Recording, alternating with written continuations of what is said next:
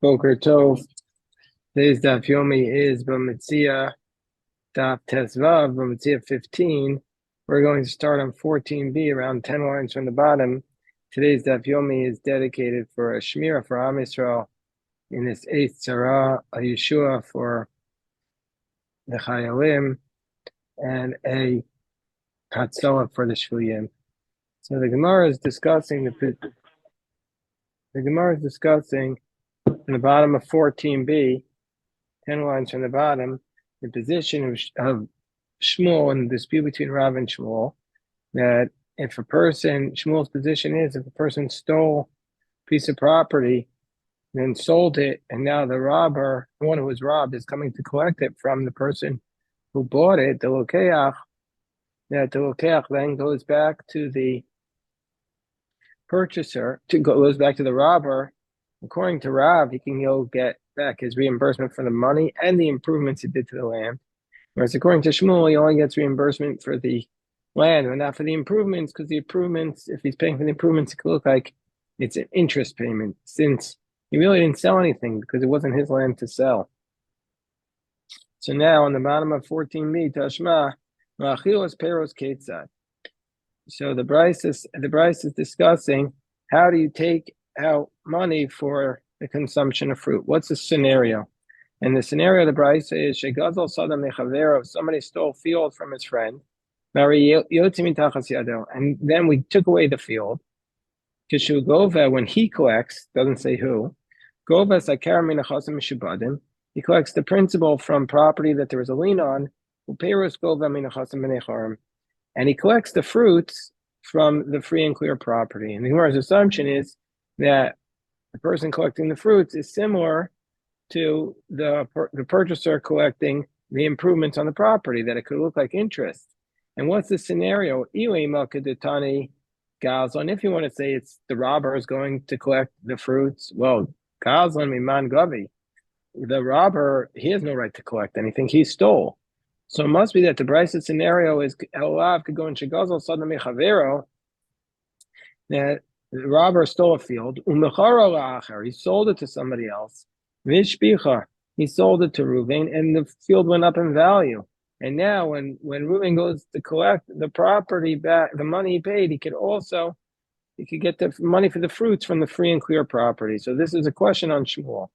So Amar Rava, no, we're talking about here is going Shegazal Sadam Mechavero Malaya Payros. No, we're talking about a case here where Reuven, this is nothing to do with where a guy stole it and sold it to a third party. No, here we're talking about a case where Reuven stole a field from his friend, and the field was filled with fruits. And Reuven ruined the field. He ate the fruits. And he destroyed the field. And Karen, if the person who was robbed now comes to collect from the robber, the principal, well, he could get that from all the property that the robber had sold subsequent to his stealing of the land, from encumbered property. But if he wants to collect the fruits, that and that he can only collect from the free and clear property. Whereas Rabbi Barafuna Amar, he says no, the scenario is Kigon Shinatlua Masikin, where what happened was that the robber stole it, and then the mafia took it away from him on the top of 15a. And Ba Nigzal Ligvos Karen, and the person who was robbed wants to collect the principal from the robber. He could collect that from the encumbered property. But Nigzal Ligvos Payros, if he wants to collect it from the fruits, and that he can only get from the free and clear property. So he's not collecting it back from. It's not a case where he sold it, but where it was confiscated. Rava Amar Karav Barafuna, Rava, who says that we're talking about a case where the robber destroyed the field with the fruits in it. He doesn't give Rava Barafuna's answer because it says we're talking about a case where we take away the property, meaning to say, implies that the person who was robbed comes and reclaims it. And Bedina Mashma, that implies it went into court. For Rav Barafuna Amar Karava, Rabbi Barafuna, who says that we're talking about the Masikin, the mafiosos, he doesn't want to give Rava's answer, because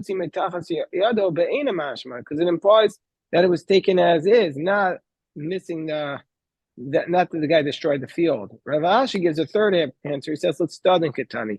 So we have to read the Bryce in both ways. What's the scenario? That the robber stole the field, it was filled with fruits. He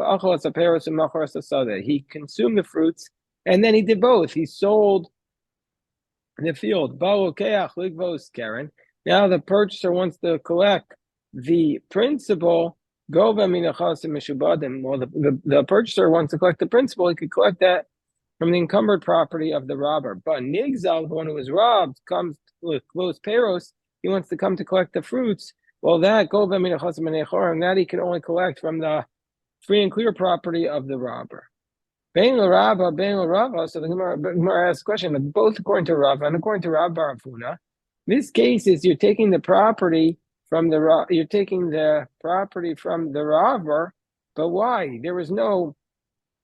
It's equivalent to the milval peh. It's where they say you could collect the principal from the properties that have a lien on it, but why can you do that? Isn't it like an oral loan? And an oral loan, we don't collect from people who have a lien on their property. Milval peh, or milval peh, that you can't collect. Why can you collect from the encumbered property here? How are the purchasers of this robber's land, other lands, supposed to have known that he stole this property and sold it to somebody else? Gemara says, no, we're talking about here is Kesha Amad Bedin V'Adar Zabin. No, this case, when did he sell his other properties? After this case had gone to court. So, and then he sold his other properties, and now you could go claim that. Well, Gemara says, if that's the case, Peros Nami. Well, then let the person who was robbed also collect the fruits from the encumbered properties. Gemara says, no, Kesha Amad Bedin Ala Karen, Amad Bedin Ala Peros. No, he only had gone to court about the principle, but not about the fruits. Well, how can you prove that? The Gemara says no. Stama the milsa kitava inish karna tavaresha. The baseline when somebody makes a claim for something, he first makes the claim for the principal and not the fruits. The Gemara says v'savar Shmuel keach megazlan leis leishvacha. Is Shmuel really of the opinion that if somebody purchases something from the robber, and now the property was taken away from him, he can't go and collect. He can't collect the improvements that he made to the property because that's the position of Shmuel. Is that really Shmuel's position? Shmuel Rav Chinna bar Shilas, but didn't Rav Shmuel say to Rav Chinna bar Shilas, Imlich v'kosov, before you purchase something, write in it that the seller is saying shufra shivcha uperi. That now we don't know what exactly, but he's saying write in it that you're paying from the best of your properties, you're paying from the improvements, you're going to cover the improvements, and you're going to cover the fruits. Now, what are we talking about there? Even Balchov, if we're talking about a creditor, and the creditor is saying, I'm going to collect from your fruits, Miyaslei Peri, does the creditor really have the right to seize the fruits? From Shmuel Balchov, Golves HaShevach. The creditor would only be allowed to collect the improvements shevach in of a peroslo, but not the fruits. Alav. So what we must be talking about is that where does he say this? Bilokeach migazlan, that he's purchasing something and he's concerned he's purchasing it from a robber, and so therefore we say that you could collect the shevach. That's Shmuel saying you collect the shevach, and this is a contradiction to what we said earlier that the purchaser cannot collect from the robber the improvements. So Rav Yosef, so Rav Yosef says, no, what are we talking about here? To go in Sheyeshlo Karka. We're talking about a case here where he's saying, I'll pay you back the improvements, not in cash, but from the real estate that I have. And that's allowed because it doesn't look like interest. So Abai says, we have a principle that actually is not allowed, that you're not allowed to buy a certain amount of wheat and then say, I'll pay you back with the same amount of wheat because the price of wheat could go up. And you're not even allowed to do that when there's real estate because it's a type of interest. So how can you allow that? The Gemara says, yeah, when do we say you're not allowed to do seya b'seya, the paying back the product with the same product? That's in the case of a loan, because it looks like interest. But achazavini, here it's a purchase, so it'll be allowed. And nika de amri, because it's more attenuated, less likely to be assumed that it's interest. And nika de amri, amar Rav Yosef, acham ma'askina could go in shekanu miyado. What happened was here with that when they did the sale, the seller did a kinyan. He obligated himself to formally pay the improvements. So the Gemara says, still, is that allowed? What is the distinction? By a loan, we don't allow it because it looks too much like interest, but by a sale, we would allow it. Gufa, so we learned earlier that Shmuel says the Balchov, the creditor, can collect the shevach. What's this referring to? Let's say the person lends him $1 million. Reuben lends Shimon $1 million, and then Shimon can't pay it back. So Reuben goes into Shimon's encumbered properties and he collects the properties and also the improvements that were done to the properties. And Amar Rav, and Rav says,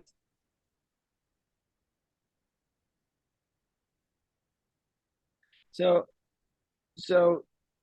Rava says, Teda, I'll prove to you that that's okay. Shekach kosev lo mocher lokech, because when he sells it to the purchaser, he says, he writes, Ana ikum ma'ashbi ve'itki va'amrik zabini iun inun v'amlein v'shivchayon. The ikum kan mach v'tzavi sabina denam v'kibo olai. He says, basically, he accepts upon himself that he's going to cover all the losses, including the improvements to the property. And so you see from here that the creditor concedes the improvements. But when a guy gives a gift, he doesn't write this clause in it. Well, you say that if the creditor comes to seize something and the guy given away as a gift, then he has no right to seize the improvements. Yeah, he can't. That's true. Is the power of a gift greater? Does it have more basically strength than a sale? That it says, yes, indeed, the power of a gift has more power than a sale, and that you're limited by a gift. Once you give the gift, the creditor cannot seize the improvements to the land. So Rav Nachman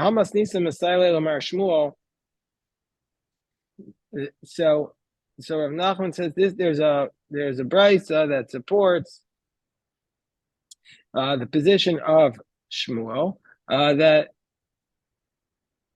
that in this case, that if the creditor is coming to seize the improvements, coming to seize the property from the purchaser, he can seize even the improvements. So he says, Hamasisa Masaile Lamar Shmuel. He says, I have a brisa that supports Shmuel, that the creditor can seize the improvements. And what's the case? And Rav Huna, our friend, he establishes this in another area because Rav Huna will apply it to a different case. The Tanya, because we went in the brisa, Mocher Sadol Chavero. So Reuben sells a field to Shimon, and now the field is confiscated. Kishu Gove, and so now when the purchaser comes back to collect the field from the seller, Gove Sakaren Minachasim Mishabadim, he collects the principal from the encumbered property, and the improvements he collects from the free and clear property. So we see that he's able to collect the shevach, and so this is a proof for Shmuel, because Shmuel says that the creditor has seized the improvements. So that he collects from the free and clear. And Chavim Muku Abamili Achrine and Huna, our friend, said that this is referring to the case of Lokech Megazlan, right? Because he argues with Shmuel in that case, and he says that a purchased it from a Gazlan, from a robber, is also entitled to the improvements.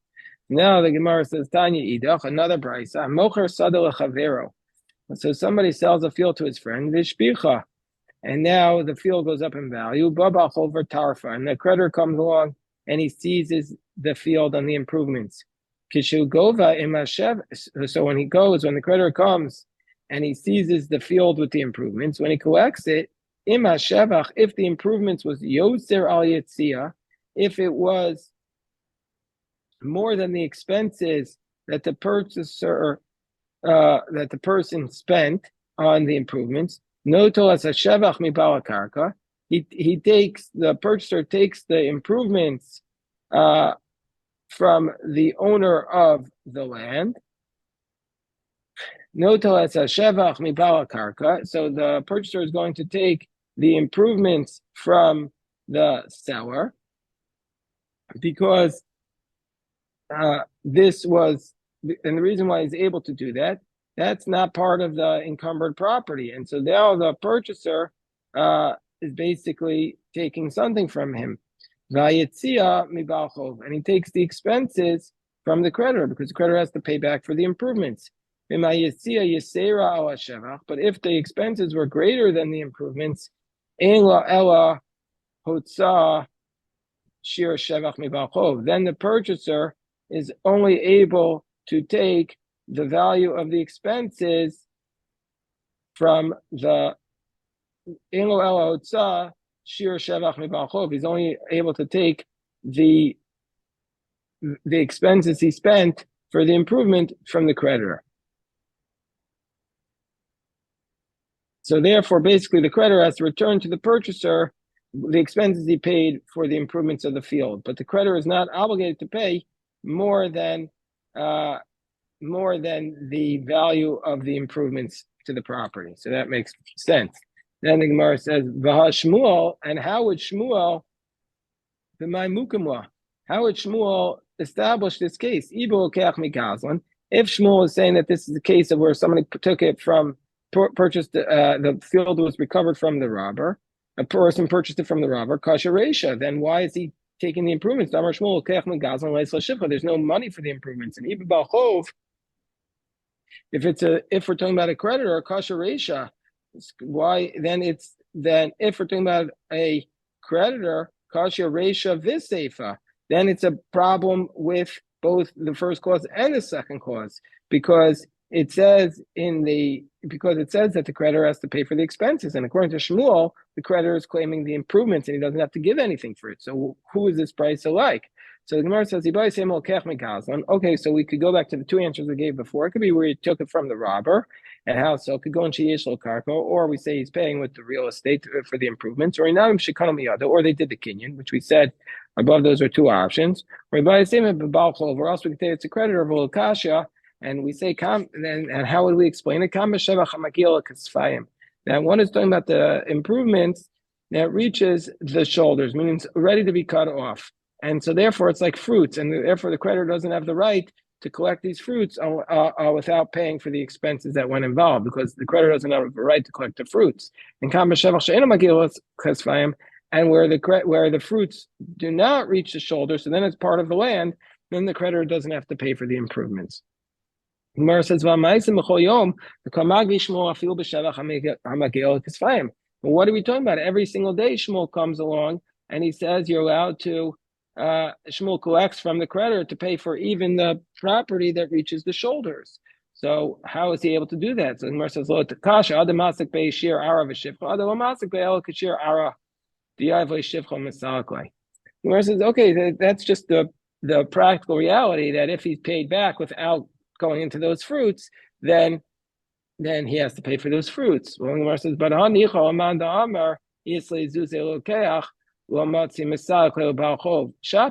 Gemara says, well, this makes sense according to the one that says that if the purchaser has money, then he can't get rid of the creditor from taking his land by just paying him off. So it makes sense. It makes sense in this case. It makes sense because that's why the creditor has to pay the purchaser the value of the improvements and get him off the land. Because since if the creditor wants the land, then he's not allowed to stop him. But according to the one who says that if the creditor has money, he could just say to the creditor, "I'll just give you the cash. You can't touch my property." Namely, why can't he say, the purchaser can say to the creditor, if I had the money, I would be able to pay off all my debt. And so therefore, now that I don't have any money, don't give me the value of the improvements, but give me a portion of the land. No, they made the land specific, that he was able to collect the land. They established that the only way you can pay this debt is from this land. Okay. And now we have a little bit of easier concepts to grasp. The first parts were highly technical, but now we have a little bit easier. So the concept is that let's say the person who purchased the land from the robber, he knew that it wasn't his land. He knew that it was stolen. and he still purchased it. And now the land was seized from the purchaser. So Shimon purchased stolen property, knowing it was stolen. And now the person who was robbed, let's say Levi, comes and reclaims his land. So now Shimon wants to go back to Ruvain and say, give me back my money. So says Rav, he gets money, but he doesn't get back his improvements to the property. Shmuel says he doesn't even get back his money. What's the nature of their argument? Rav Savar Adam Yadea Shakarka Enlo.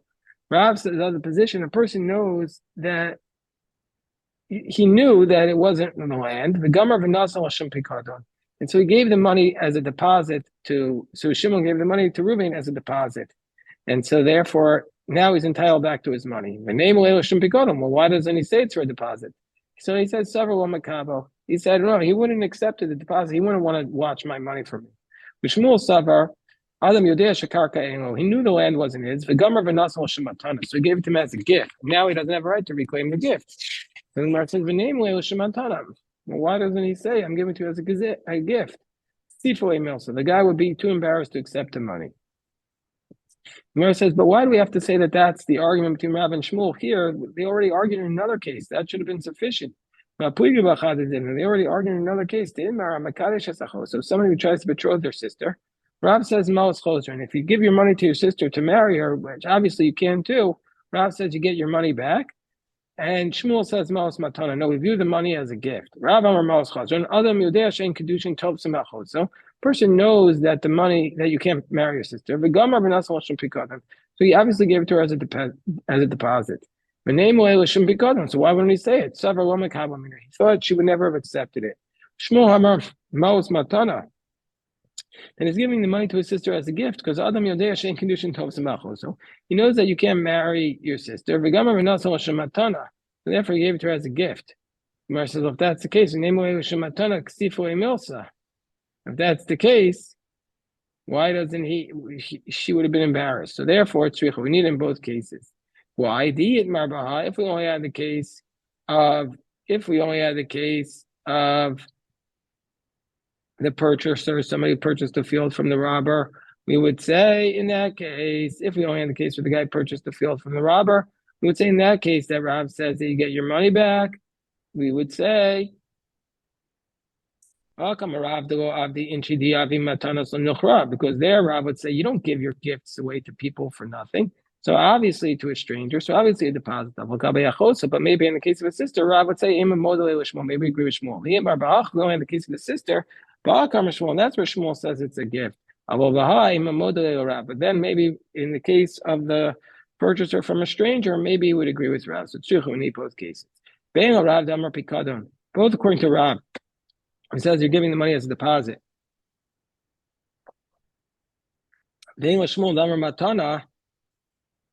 Or according to Shmuel, it says you'd be giving the money as a gift. This land, and why is he working the land? And why is he eating the fruits? He's giving it either as a deposit or as money, but yet he's working the land. So the Gemara says, Savar, no, he's an opinion. He says, I'll go into the land and I'll work it and I'll eat it. Just like the robber would have done. And when the owner of the land comes, when the owner of the land comes, the money that I gave, according to Rav, will be a deposit. I'll get it back, and according to Shmuel, will be a gift, and I don't need it back. I'm a Rava. So now we summarize the last 2 days. Rava says, here is halachic rulings. The halacha is yesh lo mos v'yesh lo shelach. That the person who bought the stolen property and now it was seized, and now he comes to he could collect his money and his expenses. Even though he didn't specify that he was paying for the improvements, or that he was covered for the improvements. He still is entitled. Let's say he recognized that it wasn't his money.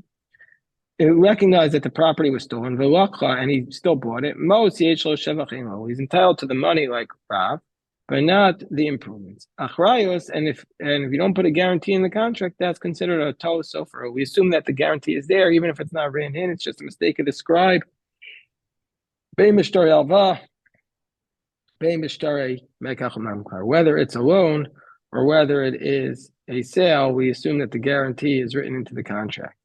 All right, we'll stop here. God willing, and we'll pick this up in tomorrow's daf, or we'll review it at 8 a.m. If anybody has a question, shkoyach to everyone.